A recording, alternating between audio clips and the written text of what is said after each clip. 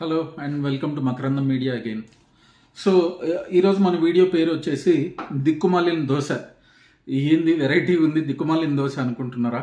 ఈ మధ్య వచ్చే దోశలన్నీ ఇట్లా దిక్కుమాలిన దోశలే వస్తున్నాయి. సో ఎందుకు మనం ఒక వీడియో చేయకూడదు దీని గురించి అని అనుకొని వీడియో చేయడం జరిగింది. ఇంకొక అప్డేట్ ఏంటంటే నా ఫస్ట్ 3 వీడియోస్ చూసుంటే మీరు దాంట్లో క్లాగ్ అని పెట్టేవాడిని, క్లాగ్ 1, క్లాగ్ 2, క్లాగ్ 3 అని.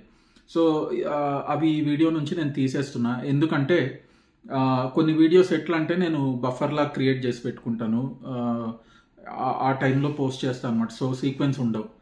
అట్లాంటిదే ఒక వీడియో ఈ దిక్కుమాలిన దోశ.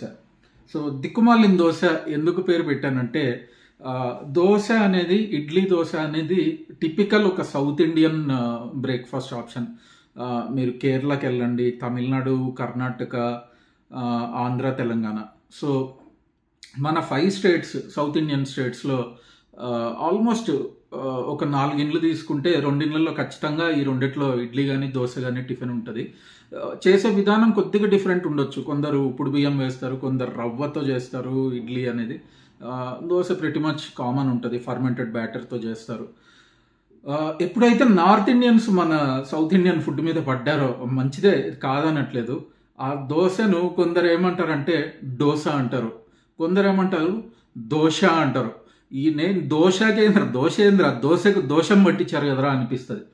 అండ్ ఇంకొకటి ఏంటంటే ఎప్పుడైతే ఈ యూట్యూబ్ జియో వచ్చిందో ఇండియాలో, డేటా చాలా చీప్ అయిపోయింది. రోజుకు ఒక 1 GB, 1.5 GB, 2 GB, 3 GB ఇచ్చినా కూడా మన మైండ్ సెట్ ఏంటంటే రాత్రి 11:59కి కంప్లీట్ జీరో అయిపోవాలి.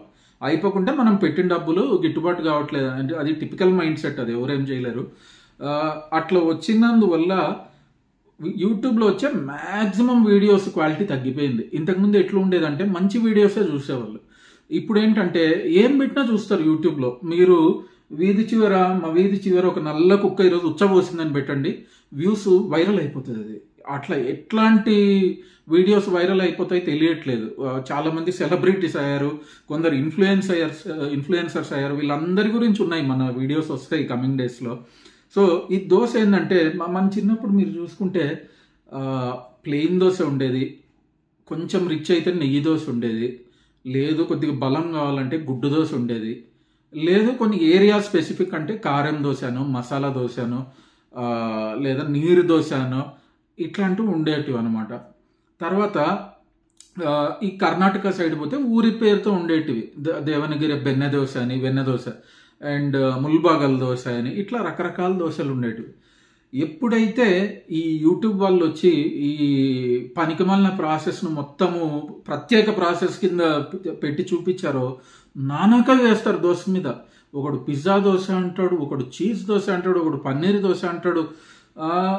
నేను ఒక 4 years బ్యాక్ అనుకుంటా ఒక పేరు మోసిన దోశ సెంటర్, బండి ఉండే దోశ సెంటర్ మీకు అందరికీ తెలిసి ఉంటుంది. ఎందుకంటే ప్రతి యూట్యూబర్ తీశాడు, ఫారెన్ నుంచి వచ్చి కూడా ఆ బండి అనే ఏరియా దగ్గరికి వెళ్ళి తీశారనమాట వీడియోస్. వెళ్ళి తిందామని చూస్తే, ఇట్లా దోశ తుంచుదామని చూస్తే నాకు దానవీర సూరకర్ణ సినిమా క్లైమాక్స్ గుర్తొచ్చింది. దాంట్లో ఏంటంటే క్లైమాక్స్ కాదు, సమ్వేర్ మిడిల్లో అనుకుంటా, కర్ణుడు ఒక అమ్మాయి నెయ్యి కింద పోసుకుంటే భూమిలో నుంచి పిండిస్తాడు అనమాట, నెయ్యి శాపగ్రస్తుడు అవుతాడు అట్లా చేయడం వల్ల. సో అట్లా పిండినట్టు దోశలో నుంచి నాకు నెయ్యి వచ్చింది. అంటే ఎన్ని క్యాలరీస్ ఉండాలా, ఎంత హెవీగా ఉండాలా అవి. అండ్ అంత క్యాలరీలు అంత తక్కువ పోర్షన్లో, మీరు క్యాలరీస్ తినొచ్చు బట్ అంత తక్కువ పోర్షన్లో అన్ని క్యాలరీలు ఒకలాంటి వెగటు అంటారు కదా. ఆ రోజు నేను ఒక్క దోశ కూడా పూర్తిగా తినలేకపోయా. ఎందుకంటే దాంట్లో నానాకాయ వేశారు. బటర్ అంటాడు, ఉప్మా అంటాడు, పొడి అంటాడు, తలకాయ అంటాడు. ఒకటి కాదు, పలానా దానివల్ల నాకు హెవీ అయిందని చెప్పడానికి కూడా లేదు, అంత ఘోరంగా ఉన్నాయి అవి. అండ్ మోరోవర్ యూట్యూబ్ చూసి మోసపోకండి. ఎందుకంటే ప్రతి చిన్నవి ఈ మధ్య రీసెంట్గా ఎక్కడో చూసా, చిత్తూరు ఓల్డ్ ఫేమస్ గుడ్డు దోశ అని వేశాడు. ఆ దోశ చూస్తేనే నాకు స్వామి ఇది దోశ కాదు, గుడ్డు వేసాడు. ఫస్ట్ దోశ వేసి పిండింగా అసలు కాళ్ళను కూడా దాంట్లోనూ గుడ్డు వేసింది, ఆమె గరిటె పెట్టి తిప్పుతా ఉంది. ఎవరన్నా ఇప్పుడు గుడ్డు తిననోళ్ళ పరిస్థితి ఏంది? ఆ గరిటెతో తిన్నారంటే వాళ్ళ వ్రతభంగం జరిగినట్టే, ఆ రోజుకు వాళ్ళు గుడ్డు తిన్నట్టే అవుతుంది. సో ఈ దోశను దోశలాగే ఉంచండి, బాగుంటుంది. ప్లెయిన్ ఎవరికైనా కావాలంటే ప్లెయిన్ ఏదైనా పచ్చడి వేసుకొని కండి, ఇట్లా పైన దానిపైన క్యాప్సికము, స్వీట్ కార్ను, నానాక వేసి రొచ్చు రొచ్చు చేయకండి. దోశలాగా ఉంచండి, బాగుంటుంది. దిక్కుమాలిన దోశలు వద్దు మనకు, మంచి దోశలు తినండి, బాగా కాల్చుకొని మంచిగా తినండి. ఈ మధ్య ఎక్కువ ఉప్మా దోశ అంటాడు, రాగి దోశ అంటాడు, ఓట్స్ దోశ అంటాడు, చాక్లెట్ దోశ అంట, మ్యాగీ దోశ అంట. ఎన్ని చండాలాలు చూడాల్సి వస్తుందని ఆయన నాకు అనిపిస్తుంది.